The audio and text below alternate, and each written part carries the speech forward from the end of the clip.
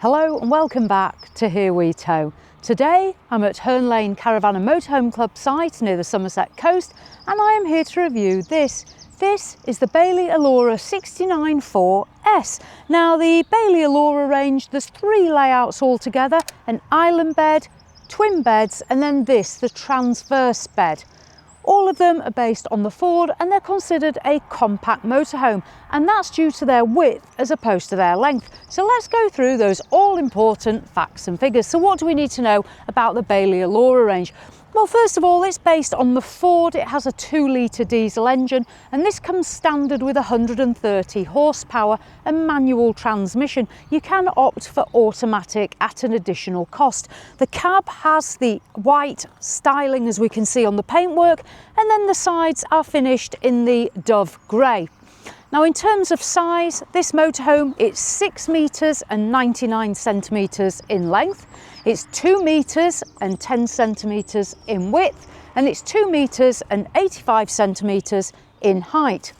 Weight-wise, it has a gross vehicle weight of 3,500 kilos or 3.5 tonnes, and you're going to get a fairly generous payload of 550 kilos, so it's certainly usable as a 3.5 tonne motorhome. Price-wise, the Alora range, this is going to set you back to around £75,500. Right, let's make a start on the exterior and then we can venture inside and find out a bit more about it. So here at the front, we've got the Ford cab, the Alora name embossed on the graphics up here, and then Bailey embossed in the sunroof. We'll make our way down the offside first of all. So coming down the offside, there's the black Ford wheels, and what you will notice is, because this is a compact motorhome, the wing mirrors are much nearer to the bodywork of the motorhome, which makes it a much more agile vehicle on country lanes and narrow roads. If you're concerned about the width of your motorhome, a compact one like this may well be better for you. So, up on the roof, you will get a 100-watt solar panel and a television aerial. If you want Wi-Fi, that is an optional extra. As I say, it has got the dove grey sides, and this is the Alutech build by Bailey. Here, this is our electric hookup point for when you're on a pitch like this with electric hookup. Our toilet cassette. The vent here for the Truma air-blown heating. Now, the good thing about this is this Truma system is the diesel version, so it's the D4E. When you're off-grid, it'll run from the diesel in your tank, and when you're on electric hookup, it's going to use the electric to supply heat through the vehicle with that air-blown heating. Down here, we actually have the grey waste emptying lever there. Water-wise, I'll come to that as we venture around the other side. You do get a garage door on both sides, so let's just open this side up here on the off side. So the garage on the Alora, now what you do have to bear in mind, it is quite high here, so if you're lifting anything high in, we have got quite a high lip, but we've got a good sized garage in there. The table for the lounge is here, and also part of the finishings for the front bed, because this will give you 4 berths, which I'll show you when we go inside. So this is the garage. This is where you're going to store your gas bottle. It'll take one 6-kilo gas bottle, as we can see in there. Just push that open. So that's your gas storage. And this is a really handy little shelf. As you can see, Jules and I have already put a couple of bits in there. So a good amount of storage on there. And then nice depth in the garage. There is a light as well. Right, let's close that up and continue round the back of the Alora. So coming round to the rear, you are going to get a rear view camera. Then we can see it says the Bailey Alora embossed on it, and there is pre-installation for a bike rack if you choose to fit that. The light cluster, I think it is a little bit dated at the rear, maybe needs a little bit of a refresh, potentially, but this is the light cluster at the back, so that's your rear end. And then we head off down the near side. So the near side, again, there is another garage door. Now if we open this side, there's cushions here. This is for when you make up the front bed if you want to do that. This is quite handy. I push that, we've got a nice slide out drawer, so again you can keep your camping equipment back here so it's not inside the motorhome. And there is a plug socket here, and you've got your 12 volts. So you could charge bikes, you could have a teppanyaki, stuff like that, or even put a television outside if you had something like that that you were watching off your Wi-Fi. Right, let's close that. Then we have our water filling point. On board, you're going to get a 115 litre freshwater tank and a 100 litre grey waste, so good sized tanks for a motorhome of this size.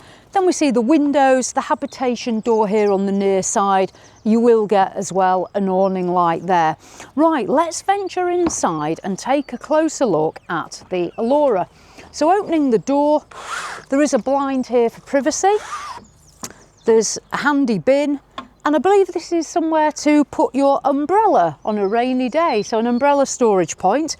Okay, if we go in, now that door as you come in, it does have a fly screen, which is always handy if you've got the doors open in nice weather. Let's start in the cab. Now, as I say, it's Ford. This is the manual. You can have automatic, multifunctional steering wheel, a good size infotainment system there in the cab. It's sort of a main focal point. You have got blinds in the cab. The front one pulls upwards, and then you've got the side blinds as well that you can use on an evening for privacy. You've got the two seats. These do swivel round, and then the dinette style here. What I'll do, I'll just take a step up here. So this big front window, you do get the concertina blind here, and you can open this window. Obviously be very careful on a windy day and always make sure you close it when you set off from site. A couple of storage compartments, and then here you've got this nice fabric finish saying Alora, and storage up here as well on the shelf. You'll notice there's also curtains. Now these curtains, if you don't want to draw the blinds, you can pull your curtains around. These will also give you a little bit more insulation as well in colder weather. You can turn your seats, pull those around, and it's going to keep that heat in a little bit better. Then you step down into the lounge area. So we've got two good sized bench seats, so dinette style. The benefit of the transverse bed at the back going across, which we'll see, means you do get a good amount of room up here in the lounge so you can relax. Got the Alora embossed cushions. Now this motorhome, it has got 4 berths and 4 travel seats. Here are 2 of the travel seats. The other 2 travel seats are situated under the bench seats, so you do have to take the cushions off and deploy those seats. So it just depends whether you're likely to have passengers or not. In the back of the motorhome in the garage, I showed you there was an extra piece of a wooden slat. That's going to fit in here. You'll use those cushions that were in the garage as well. And then this becomes another bed. This is 6 foot 5 inches in length, so a good size double bed if you are using it for a family. Right, the finish here. Now I do like this. We've got wood effect, chrome trim, and then a nice white gloss. Obviously some people don't like gloss because you get little fingerprints. I like to obsessively clean, so it doesn't bother me, but yeah, nice white gloss finish. It makes it light and bright here in this motorhome. I'll open these up. So we've got cupboard with a shelf and then a large open one, good amount of depth in there, nice lockers. See the big hinges here. Close these down. The clasps are the type that you just push up, so you just push those on the Alora. Under there we've got a plug socket, TV point, and then you actually get the TV bracket. That's going to slide out and you can move that television so you can watch it wherever you like. On the near side and the off side, you're going to get the window that opens. That's going to have a blind and a fly screen. We have this grey plastic finish on the Alora, and then these padded parts on the walls just to soften it up a bit, really, more than anything. And again, that bench seat, this one's slightly longer on the off side because we haven't got the habitation door, so a nice amount of seating space. As we come sort of across this way, good size sunroof, obviously that opens. If you are short, you're probably not going to be open that particularly easy. If you're tall, not a problem. And that has a blind and a fly screen as well. And then we have this large front locker here. This is where the aerial's going to come in from the roof, as we can see. Close that down. And then I'll start making my way back into the motorhome. Now, as we came in, this is the control panel for the Bailey Alora. You'll be able to use your lights and your water pump off here. And there's also a number of light switches too. Habitation door, and then here we get a flap, an additional worktop flap that pulls up, so that's always useful. And then some shelving here, and it is nicely illuminated too. I like the finish on the worktop. When you buy a compact motorhome, and by compact, remember I mean width, it can feel a little bit more hemmed in. So the good thing is with this lighter colour scheme on here, here, here, it makes it feel brighter. So it does feel more spacious. And I know today's a nice sunny day, so on a darker day, this will be a benefit to you. As I say, do like this finish here, and then we get this nice Thetford appliance here. The bonus of this on the Alora is you get an electric hot plate, so if you're on an electric hookup on site, you don't have to use your gas, so you can run that. This 3 gas burners, so if you are off grid, you can use your gas burners off your 6 kilo gas bottle. Down here, we then have the gas oven and grill. And then under that, if I give this a push, we've got a reasonable size storage compartment underneath the oven. And then coming across the sink, you do also get a draining board. I think I've put that in here. I'll find that in a minute. This is the sink cover. Obviously your swivel tap, nice size sink. And then there are plug sockets here. So you can use kettles, toasters, coffee machines, light switches, and the Truma panel. So that's where you're going to be able to operate the heating and the hot water from there. Let me open this. So in here, this is where I've put the draining board. That's it, there it is. There's a washing up bowl in there. That doesn't come as standard. That's just in this Bailey press vehicle. And then shelving unit there as well. So overhead storage for the kitchen space. The window does open, and again, a blind and a fly screen.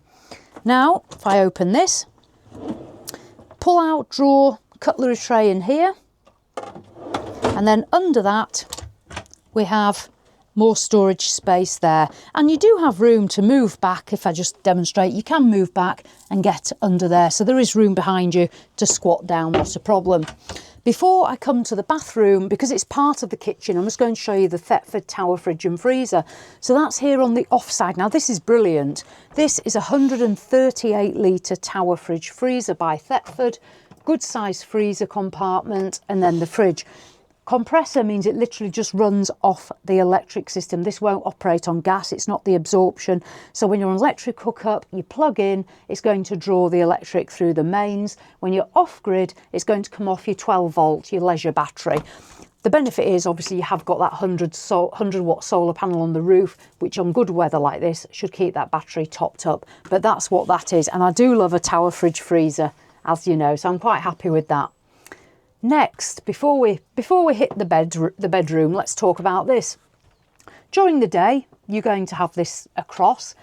You will see that there's this huge mirror here, full length mirror, which is a really nice feature in a motorhome. You don't always get good size mirrors. So we've got the mirror, and then you see this, and this is where we're going to find the all-in-one washroom. Because of the size of the motorhome, I would expect an all-in-one. So this silver, we slide it round and it exposes our washroom. So I'll do that. And it goes all the way back into that corner. Now, I'm just going to go into start in this corner, probably a good place to start. So first of all, we're going to find our Thetford swivel toilet. So we can see the Thetford loo here, a little bit of a bench seat behind, a bench shelf there behind it, 2 hooks for towels and a shelf on there as well. Now coming across, this is the sink space, got this nice size mirror, the tap, these swivel like this, use your sink, and that's as you see it in this format. 2 little hooks here. Now you may wonder, well, where do you shower? So what you do, there is a hook here. If I slide that down, pull this across, there we go. And that then exposes the shower space. What you're going to do is take your shower curtain, pull that around you. I know not everyone likes a shower curtain, but this is what you've got, your shower curtain. Obviously, you've slid this around, otherwise you're going to have a bit of a disaster. So close that. And then you turn your tap and your handle again, pull this out. You can either hold it, press and squirt. I won't do it now just in case water flies out. That'll be quite an interesting review. And then it's going to go up there if you do want to put it up there. So that's your shower. When you finish with that, you put that back in, make sure you swivel those across. You've got shelving for your shower gels there, and then this is going to come back across as we did before. So slide it across, and then we put that latch back into place, and that's now held in place. So that's quite a clever little system. In the floor, you do remove this that I'm stood on at the moment, take that out, and there are plugs in the floor for your showering. So yeah, right, what I'll do, I'll leave that open just so Jules can swap with me now so we can move around to film. So that's your washroom. Now back here, I will climb up in a minute, but I'll just talk about it first. So this is the transverse bed. It runs across the back of the motorhome. As I say, there's an island bed and there is also a twin bed or longitudinal bed, so twin beds. This bed, in terms of size, this is 6'2" long and it's 4'11" wide. If you are a taller person, you might be best with the twin beds. They are 6 feet and 5 inches. So there is that option. So don't think that Alora's not for you. It just depends on the layout. But 6'2" and 4'11". This is a nice size bed. And what I do like is when you sat here with your head up against this nice fabric headboard, you can look out of your window here. It does have a blind and a fly screen, obviously, if you don't want people to look in at you. Right, now let me just pull this out. Storage under the bed. This is quite impressive. So this is a rail. Well, I'm telling you the obvious here. This is a rail. You hang clothes here. You can put them in the bottom. There's also a little bit of storage there for other items of clothing, and then push that back and lock it in place. So that is a really useful storage space. On this side, pull this out. We've got more drawer space here. Again, not a lot of depth to it. Maybe a woman's 3 inches. So, but it's still there nonetheless. And then under here, to get on the bed, just pull this out. There we go. So you pull that down. It's on magnets. Drop it down and you have some steps. I'm going to go up them in a very ladylike manner, as you're all accustomed to. Right. So climbing up, I won't go on the bed because I've got my shoes on, but you've climbed up like that. There is a privacy curtain. The privacy curtain's situated here in this corner. So unvelcro that, slide it across. We can see the channel here, and that's going to give you privacy then on a night time. Up here at this end of the bed, there's a couple of shelves just here, so you can put items on there. You do have a plug socket, so you can charge gadgets, and you've got the little LED lights as well on each side. Above me, you're going to get a sunroof for ventilation. Pull that open. Again, there's a blind and a fly screen.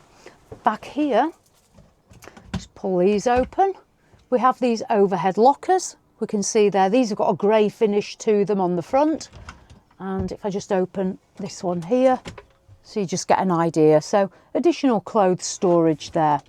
At the back of the motorhome, the walls are a plain white. There's no fabric on those. You've just got this fabric headboard here, a grey wall. But this is your bedroom area. Right, I'm going to clamber down. Hopefully I won't fall off the bed. Right, I'll leave that down for now. So that's your bedroom space, your kitchen space, the washroom, which is quite nicely thought out. Again, good use of the space within this compact motorhome. A lovely size front lounge, and this will convert into a double bed if you want to use it as a 4-berth. And then the Ford cab, and the seats do swivel round. Let's dive out. There we go. I'll close that because it's a little bit windy. There we are. Right, so that is the Bailey Alora 69 4S, the transverse model. The other 2 layouts are available. I'll put a link in the description so you can check them all out for yourself. But that is a just sub 7 metre compact motorhome based on Ford, priced at £75,500 with a gross vehicle weight of 3.5 tonnes. Hopefully you've enjoyed having a look around. If you've got any questions, just put them down there and I'll do my best to answer them. Thank you to Bailey of Bristol, who brought these onto site for us to review today. And thank you to the Caravan and Motorhome Club at Herne Lane, who've also let us come on site and film these reviews as well. So as always, thanks for watching, and I'll see you in the next one.